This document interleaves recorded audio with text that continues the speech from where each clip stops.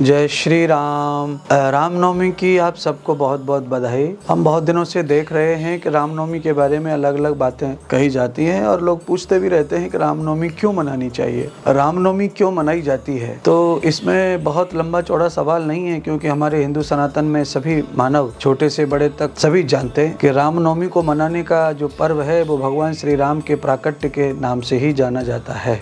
अर्थात हम इस रूप में भी इसको मनाते हैं और दूसरे हम इस रूप में भी इसको मनाते हैं क्योंकि चैत्र का जो महीना होता है, उस चैत्र के महीने में नौमी तिथि को सबसे पवित्र माना गया है। नौमी तिथि नवमास पुनीता। नौवीं तिथि जो है ये इसलिए पवित्र है क्योंकि स्वयं परमात्मा श्री राम ने इस तिथि को स्वीकार किया अपने धरती पर आने के लिए, और स्वयं नारायण ने इस तिथि को सब पवित्र मान करके स्वीकार किया और इसमें आना पसंद किया, क्योंकि सारी तिथियां भगवान के पास गई थी।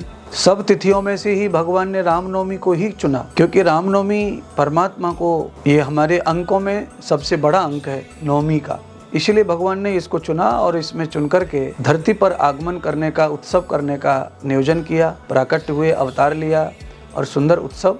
तब से ही रामनवमी के रूप में हम लोग इस तिथि को मनाते आ रहे हैं और रामनवमी के निमित्त ही नवरात्रियों का भी हम इसमें समावेश करते हैं। नवदा भक्ति, नव शक्तियाँ और नवग्रह, ये सब गुणातीत होकर के ये नौमी तिथि आती है। और इस तिथि में भगवान श्री राम प्रकट लिए थे, ये तो सब जानते हैं, पर मैंने कहा कि सारी तिथियां भगवान के पास गईं, उसमें से भगवान ने नौमी तिथि को स्वीकार किया और उसी में अपने आगमन को किया। इसलिए हम इस नवरात्रि की नौमी तिथि को रामनवमी जिसे हम कहते हैं, इसे भगवान के अवतार के रूप में ही, भगवान के प्राकट्य के रूप में ही या उनके जन्मदिन के रूप में ही हम स्वीकार करते हैं और इस उत्सव को मनाते हैं।